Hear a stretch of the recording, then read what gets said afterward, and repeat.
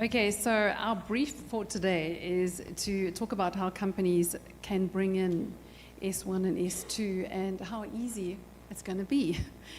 Our panelists will share their perspectives. They're going to talk about their concerns, their challenges, and are there any quick wins that we'll be able to get if and when we start applying ISSB? And this is against the backdrop that we are strong IR reporters and we are strong GRI reporters. And adding into the mix is, and you have to feel for companies, you really do. Adding into the mix is ISSB, is IFRS, US SEC. So it is a whole new ball game for sustainability reporting for companies. So, Renelle, in 5 minutes, you first, your perspectives, challenges, concerns, and quick wins. There we go. Thanks, Lee. So I'm currently specializing in integrated reporting at PwC. Where should I start? A broad question. So we've had some discussions recently with some of our clients, and the whole new sustainability reporting landscape is certainly something that everyone believes is amazing. It's a great idea. It's definitely where we should be going, to focus more on elements that are beyond just financial. These reporters have done integrated reports. I think being part or the convener of judges on the Corporate Governance Institute Integrated Reporting Awards, we also know that there's different levels of maturity in our integrated reporters in South Africa. So those that have a high level of maturity certainly are integrated thinkers. They have the topic on the board agenda. It filters down to remuneration. It filters down to impact disclosure in the integrated reports. So where they're starting is considering, from a benchmarking perspective, how does everything they're already doing translate when they have to apply the ISSB standards. So that's the first step, I think, that companies are exploring. But yet again, I think we can't just focus on reporting. So even though there might be quick wins and this metric is reported here, and it also should be reported under this framework or that framework, this also affords companies to take a step back and reflect on their strategy once again. So is their sustainability strategy addressing the risks and opportunities that lie ahead of them? Is that sufficiently incorporated into their core strategy? So it certainly is not merely a reporting question. It really should take companies back to reflect on whether they've appropriately embedded sustainability within the core of their business, so it becomes part of their day-to-day. So that's really where we're seeing companies reflect. What is pretty daunting, and I think what is really having companies worried, is the multiple frameworks they might need to comply with. If they have operations in Europe, dual listing in the US, potential operations in the UK, if South Africa moves to the ISSB standards. So that complexity from a compliance perspective is certainly worrying.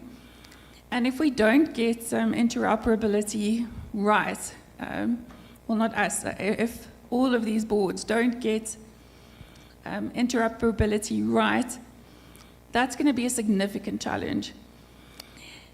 And you throw efforts where the challenge is. So we run the risk that it falls back to a compliance exercise to be able to operate in these different territories. And if you throw all your resources at compliance, you'll have less time to reflect and to truly consider these strategic and governance elements that I mentioned before. So I really think it's a promising landscape. Everyone is welcoming having a global baseline, having global standards. But the complexity is in how this plays out, I suppose, and how companies get those reports out, but ultimately how they prove that they're responsible. So responsible within that framework. I loved Ansie's little circle with the system impact, because they function within that border system. Thanks, Ronelle. And I should mention Ronelle is from PwC. Cynthia and Billy, EY, what's your view on the challenges and promising promises, as Ronelle would use that word? What's your view? Thanks, Lee. My name is, they've said, my name is Cynthia.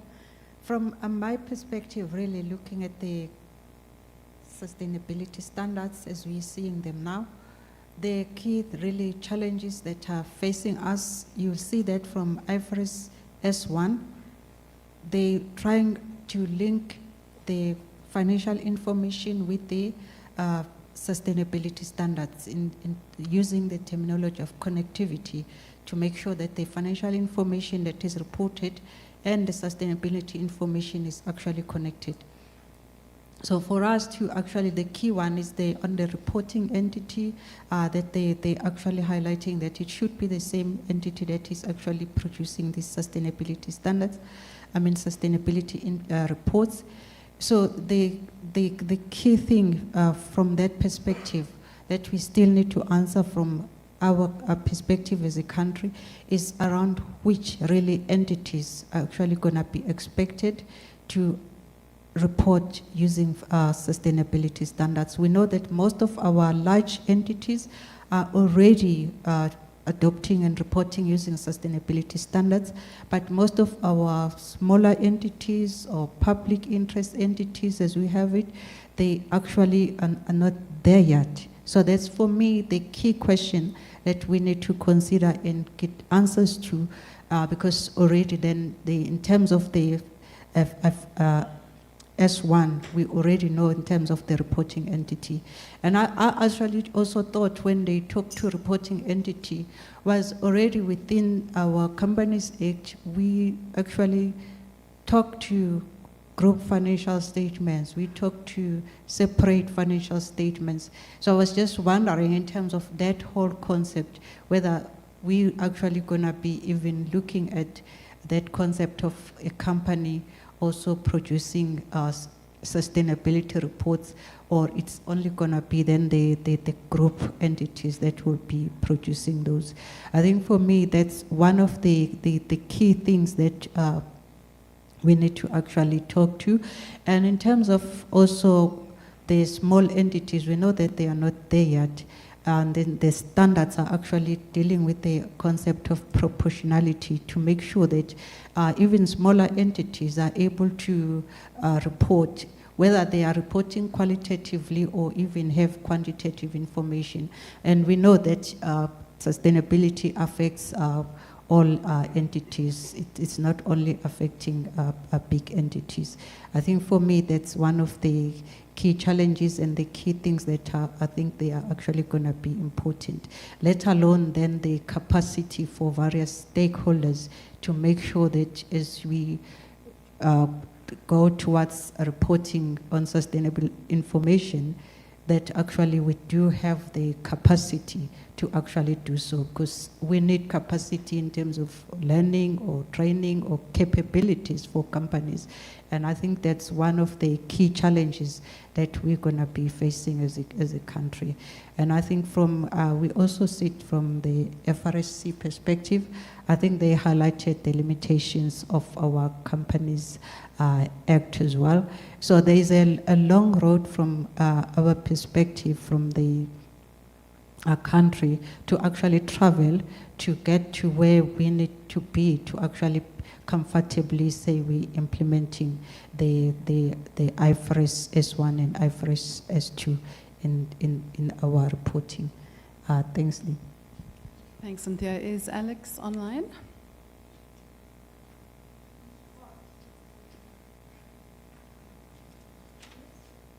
Alex, hi, can you hear us?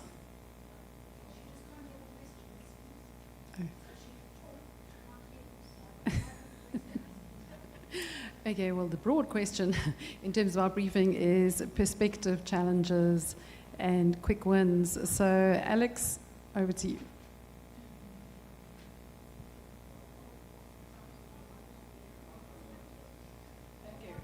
Let me know when she comes back on. So I have a dual role as host and panelist.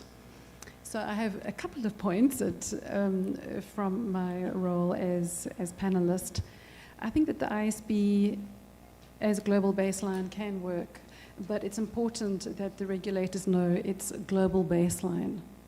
It's not just ISSB, it has to be with global as the global baseline because of SA Inc. and predominantly King 4. We shouldn't go backwards in our reporting. We have always reported on impacts.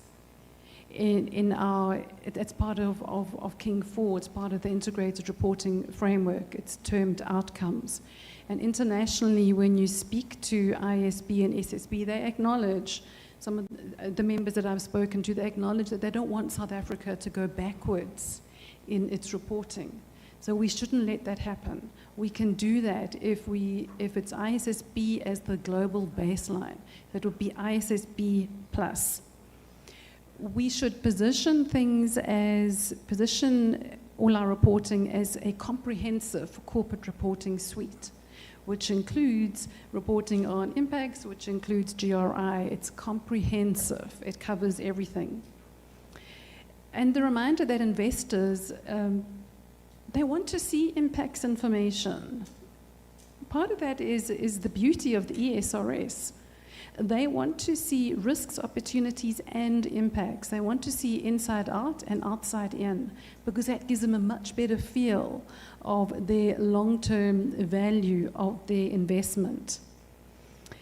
And just putting it out there, I was speaking at a conference in Frankfurt and I got in trouble for saying this, but for new, smaller companies, it may well be easier for them to do the IRC framework. So they do the annual report and then they look at what's in the IRC framework before they get onto S2, S1, which is detailed, even proportionality, and that's a great blessing for smaller companies, but it may well be to get them into the thinking of integrated thinking. Why are they doing this? Putting their risks and strategy together, their external factors, seeing what their stakeholders think and how they're responding to it. So just putting it out there. Okay, Alex, you're online. Hi. Thank you, and good afternoon. I'm so sorry to have missed so much of this interesting day. It's been a challenging one for me personally, Western Cape dramas. But I'm very keen to get an update on the discussions. I don't know if anybody wants to pose a question or give me a direction of what to say. Oh, I mean, sorry, I've literally just been able to join. Okay, I'm not sure if you can hear me, Alex. Hi, it's Lee, welcome. Just each of our panelists has given a 5-minute perspective, their perspective of sustainability reporting in South Africa. How easy is it going to be to move to add on S1 and S2? What are the challenges, your concerns, and are there any quick wins? Okay, all right.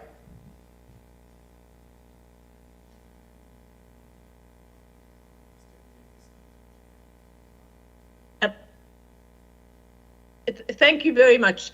So I think that this is a very exciting time in reporting, and as somebody who looks at a lot of integrated reports, so perhaps as a bit of background, I wear two hats, or a couple of hats, but the two relevant ones for here is that I'm one of the adjudicators in EY's integrated reporting, excellence in integrated reporting, which means that I look at the top 100 listed companies' integrated report every year. And I've done that since the start of integrated reporting.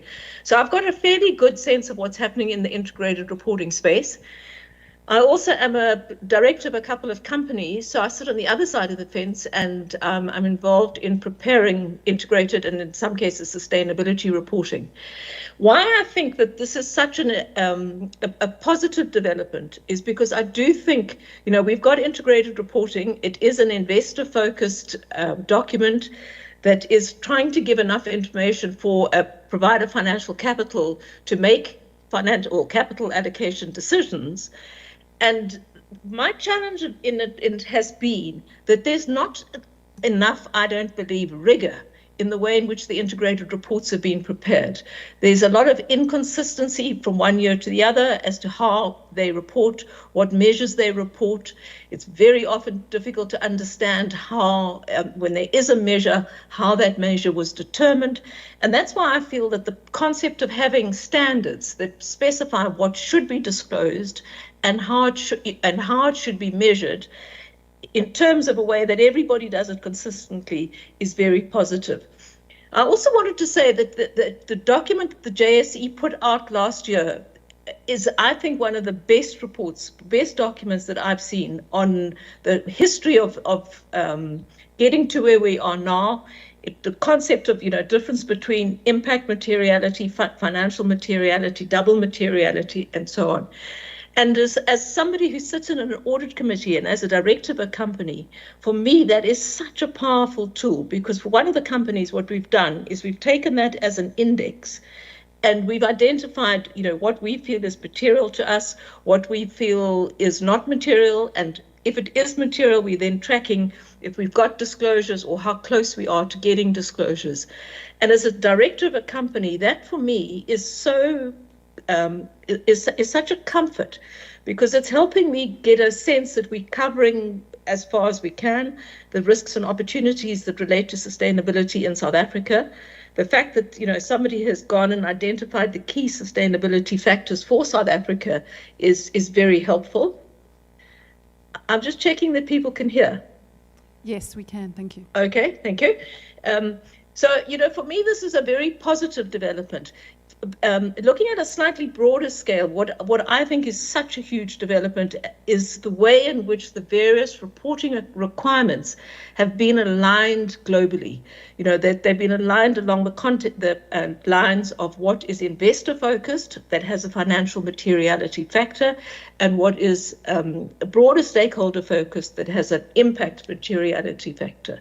And I think that has helped provide some form of consistency and direction, and I do hope will help people, deal with the huge quantity of different reporting requirements that are out there. So for me, it's a positive thing, and seen in the context of the JSE sustainability guidance that gives the sustainability side on top of the integrated reporting frameworks requirements of investor-focused information, I think it's a hugely positive step forward. Alex, what is your view? Should the ISSB, if it is the ISSB, mandatory or voluntary? I think they should be mandatory, because I think that with a caveat that for certain, not for every company necessarily, but on some form of public interest score or something along those lines. And the reason that I'm saying that is that, I think investors are increasingly making decisions based on sustainability information. And I think it needs to be done in a way that is comparable and perhaps more importantly, can be assured. And you can only assure information, I'm not an auditor, but my understanding is you can only assure information if it's done in terms of some requirement. It must be in terms of a framework or various standards. So, I do think our integrated reports at the moment, and there are obviously exceptions, I'm talking generally, lack the rigor that they should have. And I think that even just IFRS 1 on its own would be a huge step towards improving the quality of our integrated reports. So yes, I do think they should be mandatory. Okay. Okay, let's hear from our other panelists. Ronelle, mandatory, voluntary. So I think it's a step in the right direction. We need something that is mandatory for South African Inc.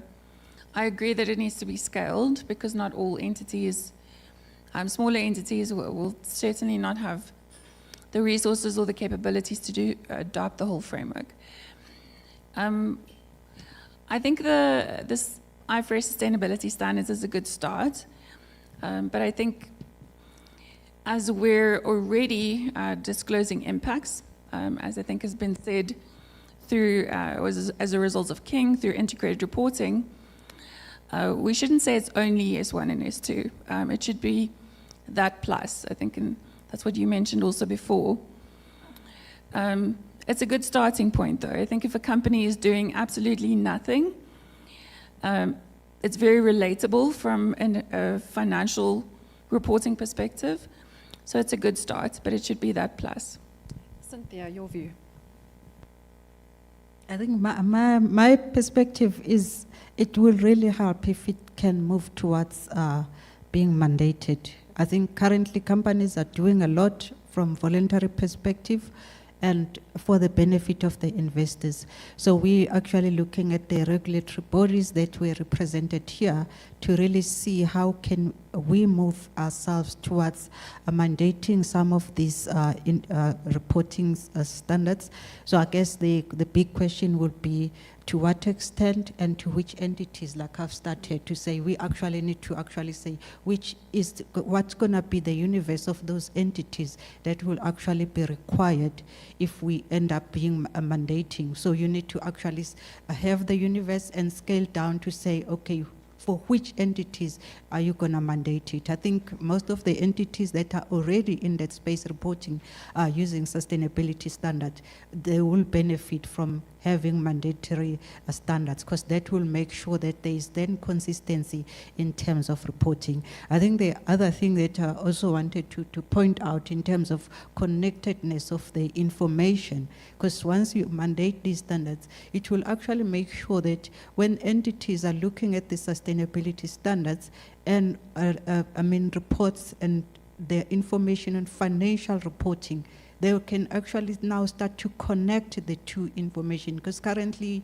you do see these sustainability standards that's just sitting on their own, and the information might not necessarily link back directly to what they are actually reporting in their financial information.